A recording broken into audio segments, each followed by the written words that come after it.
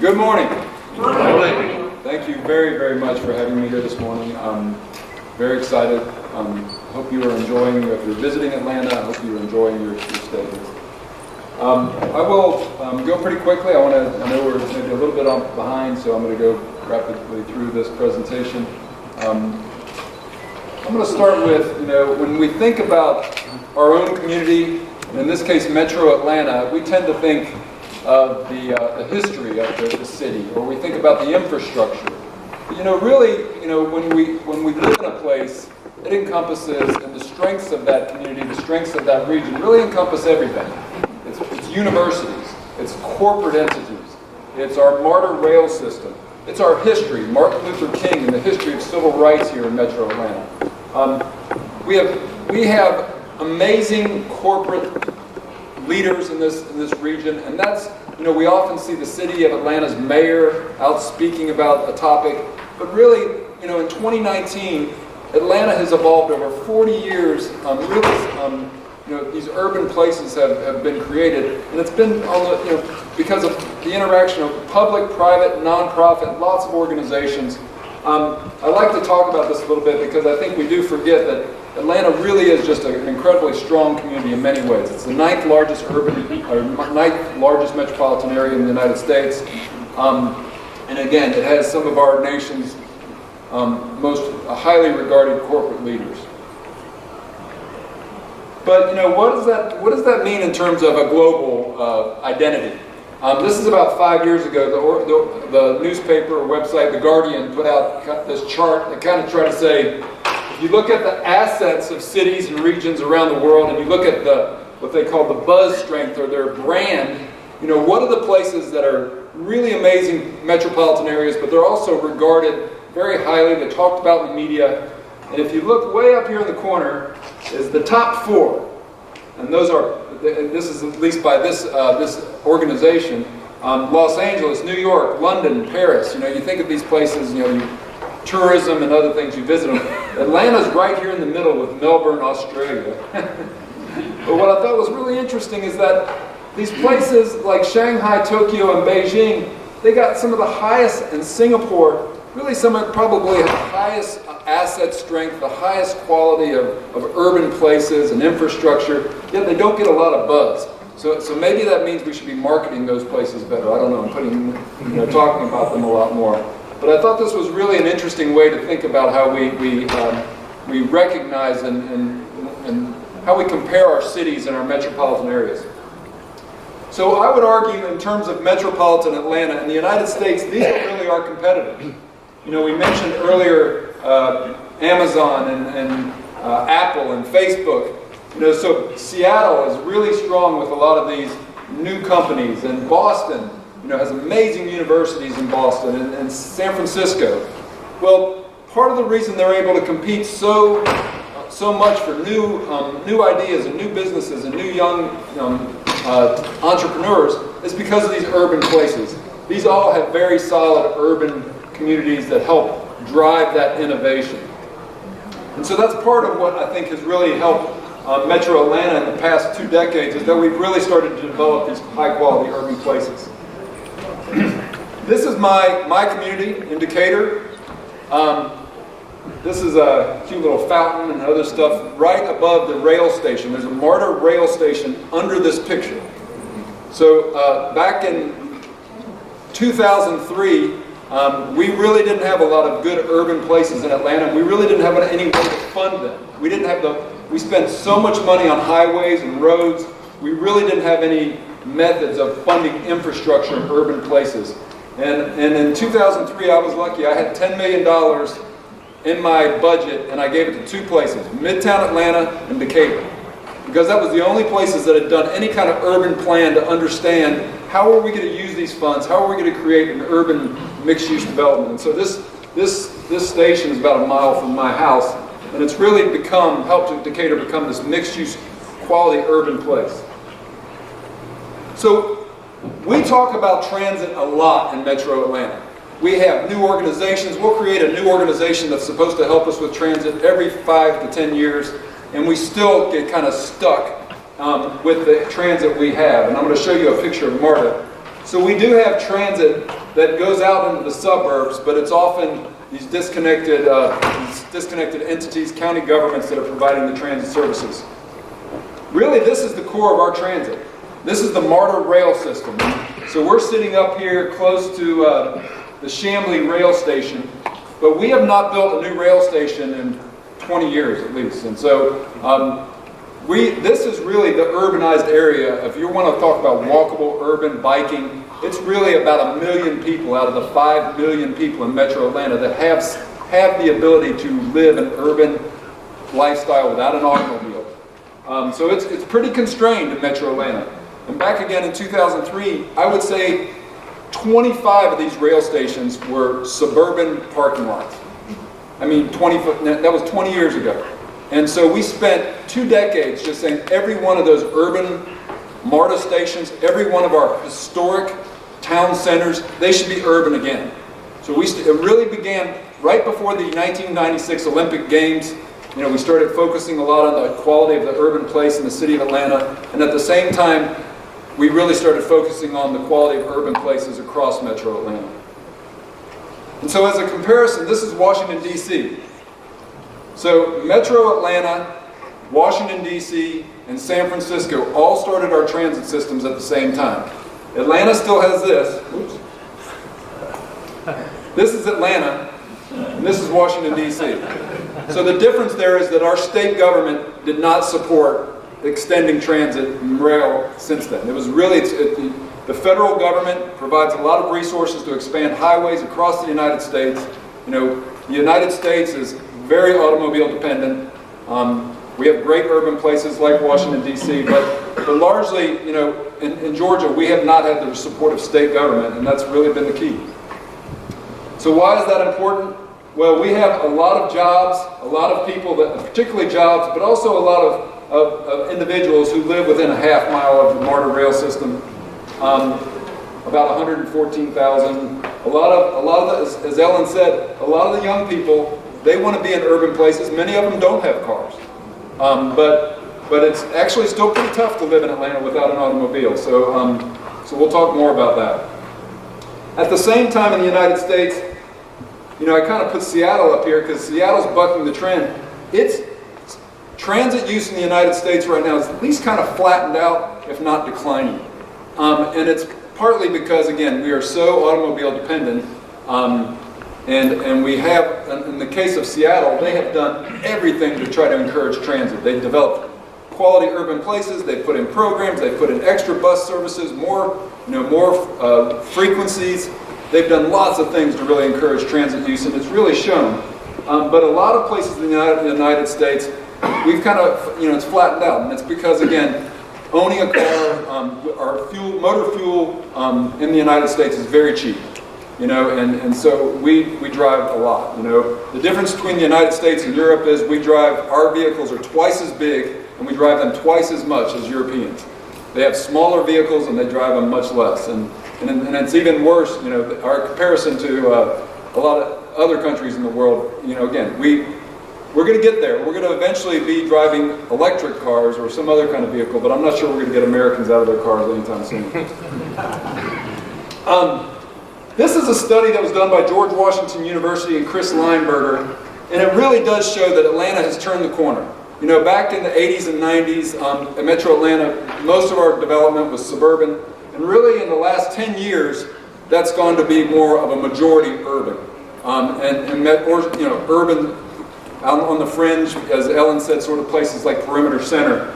But we really have, since again the Olympics we started, and then in the last 10 years, really have focused more on, or seen more urban development. And so this is kind of from that study, looks at all these places. They call them walk-ups or walkable urban places.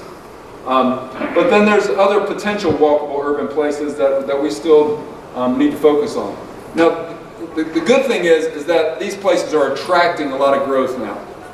It's hard to restrict growth and like Portland and put a growth boundary, but we have been pretty good at trying to attract jobs and attract living closer in.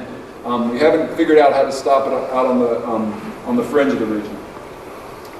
So one of the big ways that we've accomplished this in the last 20 years was, like that slide I showed you of Decatur, was a program called the Livable Centers Initiative.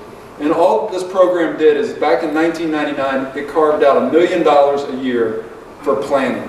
We said we're going to go into every MARTA rail station, every historic town center, and we're going to spend money to help that community rethink their zoning, rethink their transportation.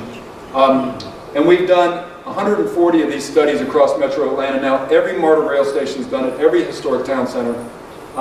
We've now expended somewhere around $400 million, because the program first gives you funds to do a study, and every 10 years you can update this study, but then it also gives you funds to change your zoning, do a market analysis, do a design, do a very specific design schematic of a MARTA station area.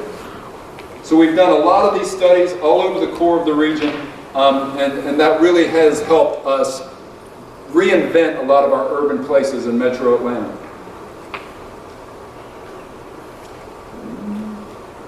Not sure which way to point, sorry. So as an example, this is the Arts Center MARTA rail station.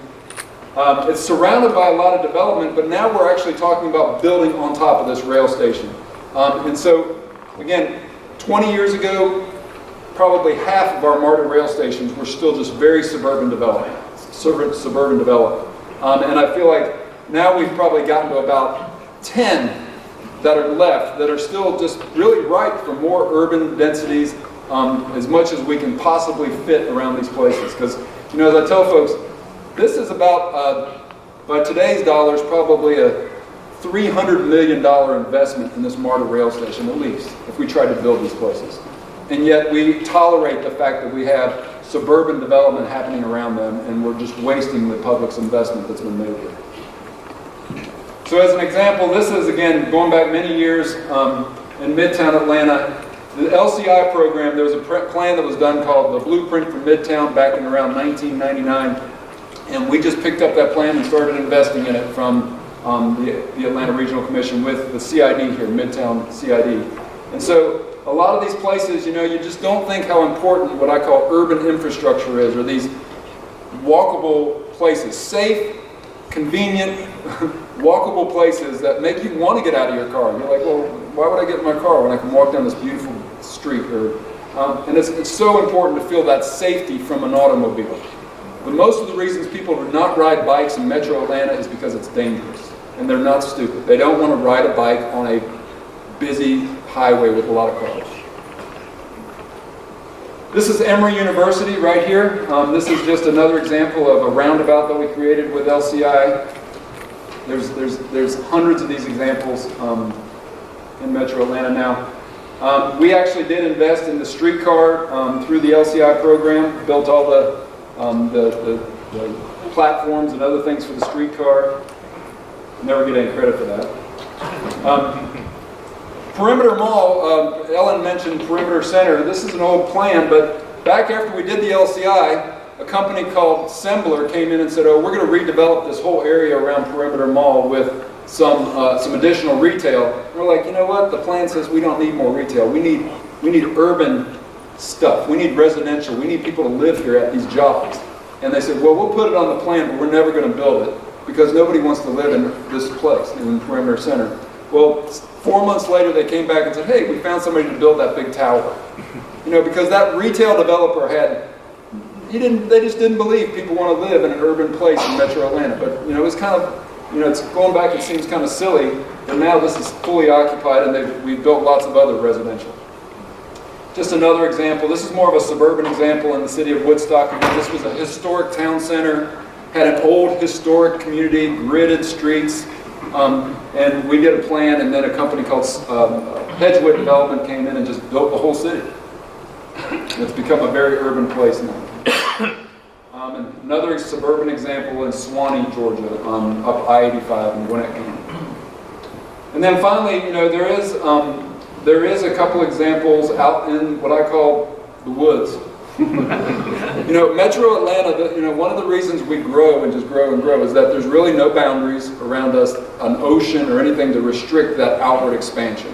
There's these beautiful wooded forests, or if you go north, you get up into these mountains, and it's very attractive for suburban development. This particular project called Serenbe preserved 60% of the land, and they created a little urban node in the woods. It's probably one of the best examples if you're going to build something far out, the best way that you can possibly accommodate that. Because generally I say, if you're building anywhere outside the current urban fabric, then you're pretty much, you're not really able to build an environmentally sensitive project. It's impossible.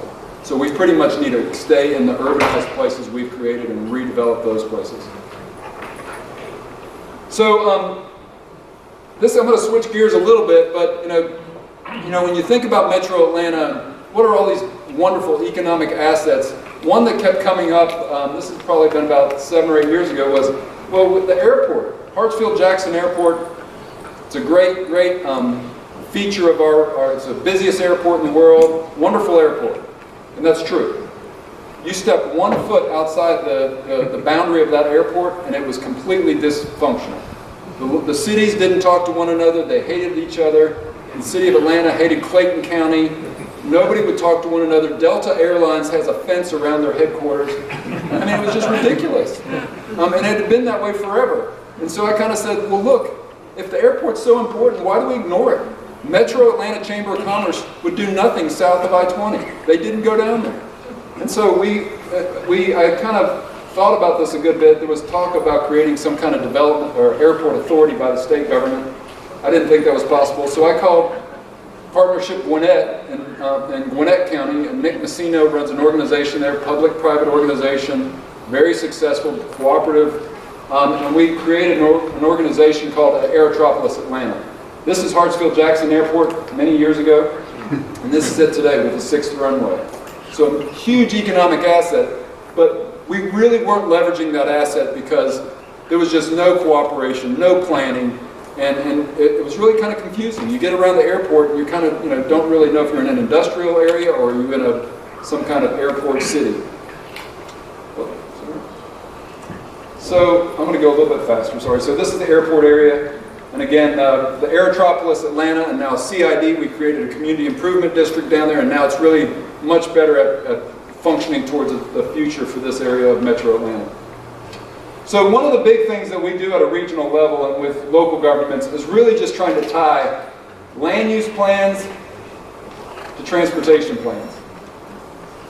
That's kind of the biggest problem in our country and in our region, is that federal transportation money, state transportation money, transportation providers, transit providers, they all kind of sit in this silo, and then real estate developers, zoning experts, land use people all sit in this silo, and they just have never really, historically worked together.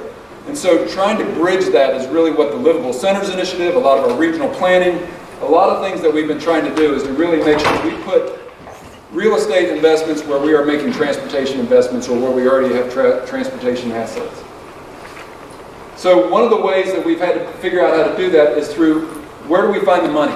Again, state government hardly funds transit in this state. They create a new organization every few years to help tamper down the enthusiasm for transit. But in general, we have funded a lot of what you see in Metro Atlanta with federal transportation money, with special purpose local option sales tax, which is just in Gwinnett County. We only got SPLOST in DeKalb and Fulton in the last 3 or 4 years, because for most of the history of Fulton and DeKalb County, they paid for MARTA, and then our suburban counties used that penny for roads and for sidewalks. The Beltline is an example of a tax allocation district. I kind of mentioned community improvement districts. So this is how we've funded a lot of the infrastructure. It's been cobbling together a lot of different programs and things over many years.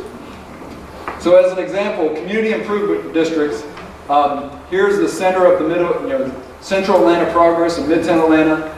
Our Atlanta Braves baseball team moved up here to Cumberland and the Cumberland CID. So we've created a lot of these community improvement districts, and all the community improvement district is the office developers, the retail developers, all the non-residential owners of land. They tax themselves just a little more. So just the non-residential, but then they get to decide how to use those funds. Inevitably, they use those funds to try to make their property worth more, which is what you would expect. But they also have helped create these urban places. Let me go back a couple.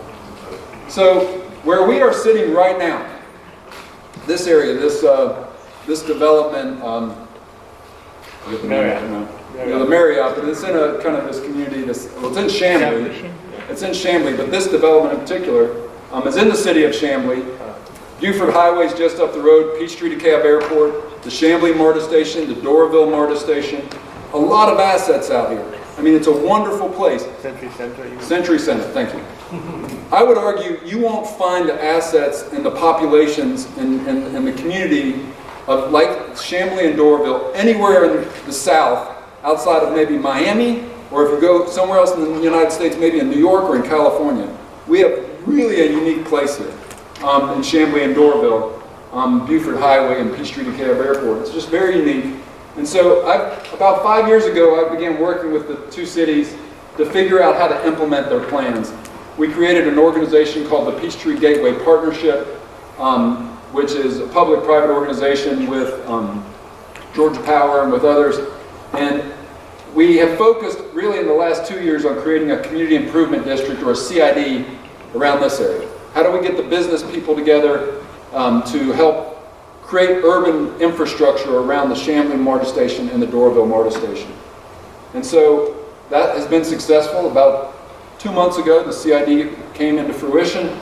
You can go check it out on our website, Peachtree Gateway Partnership. But I'm happy to say that's now happening. Again, those MARTA rail stations in Chambly and Doraville are very important, and we need to be really leveraging them for the greatest benefit for the region. The other organization in the last couple years I've created is a similar effort to try to think about most of Metro Atlanta's growth historically, and most of it forecasted in the future, is going to go north of this building. It's going to go that way. And it's because state government has invested more money that way. It's, in terms of Georgia 400 and other things, the MARTA system's more developed that direction. Lots of reasons, historic reasons of the racial issues and things, all put development more that way. Well, south of Metro Atlanta is going to get no growth. And that's where most of the state is located. And so I kind of wonder if we went and asked people that were north of here and said, hey, how many of you people living up here would like, I don't know, just 10% of the growth forecasted to go south instead of north? I think most people that are living up here would say, oh, that'd be great if we could get more people to go south. So over the last few years, we created an organization, again, a 501c6 public-private organization with other corporate leaders to try to focus on potentially taking rail or some kind of transit service south to Macon, but also just trying to encourage economic growth more south. So again, I would just say, you went completely away. I would just say, I'm almost done. If I can get back to where I'm at. Thank you. I'm on time, too.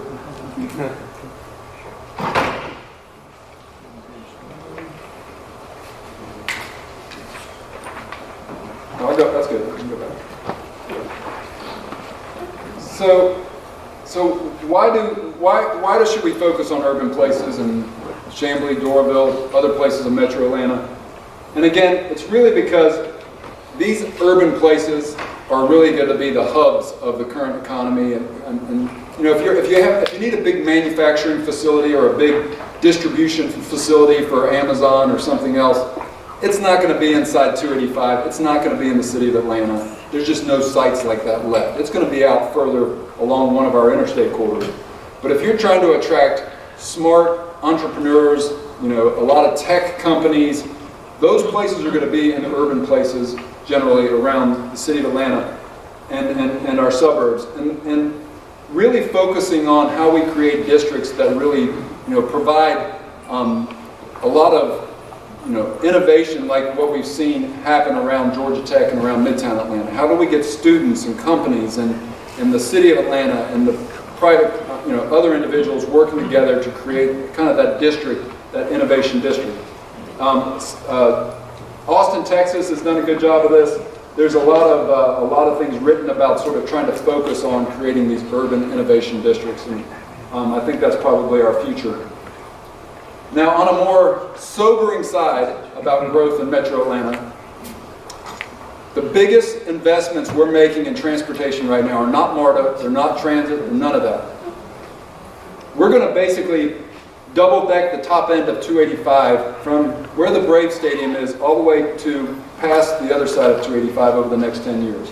We're going to invest $5 or $6 billion to carry. Right now there's an express lanes on I-75, and once we finish the $3 billion interchange at Georgia 400, we're going to take those express lanes and we're going to build them on both sides of 285 across the top end. Now why would we, when automobiles are supposed to be going away and we're going to be using transit, why would we put so much of our, these are actually Garvey bonds, this is future federal money we're using. Why would we create this huge investment? Well, it's partly because a lot of the vehicles and trucks that come through Metro Atlanta are just coming through here to go to Florida, they're coming from the Georgia port to go to some other place in the United States. So there is a lot of traffic that comes through this region. I've heard it referenced that in Houston and some of these other southern metropolitan areas, they've got not only one ring road, but they've got 2 or 3 of these big ring roads. We're never going to have another ring road because it's just too developed beyond that. So we are going to be building this huge piece of highway investment, express lanes on the top end of 285 over the next 10 years. So my point in bringing that up is to say, we're going to be driving cars. We're going to probably be driving some kind of vehicle for the rest of my life in Metro Atlanta. Most people. And as sobering and as ridiculous as that is, it's true. We need to be focusing on electric vehicles. We need to be focusing on what California just did. California just signed a law in the last 2 weeks with 5 of the biggest automakers to say that by 2026, their average fuel efficiency will be 50 miles per gallon. That is what we need to be focusing on, is electric vehicles and cleaner vehicles, because we are not going to get 5 million people in Metro Atlanta anytime soon to get out of their cars and ride transit. It's just not going to happen. And it's a disservice to our kids and our environment to keep saying that over and over when this is what we need to be doing, is following the lead of California. Thank you.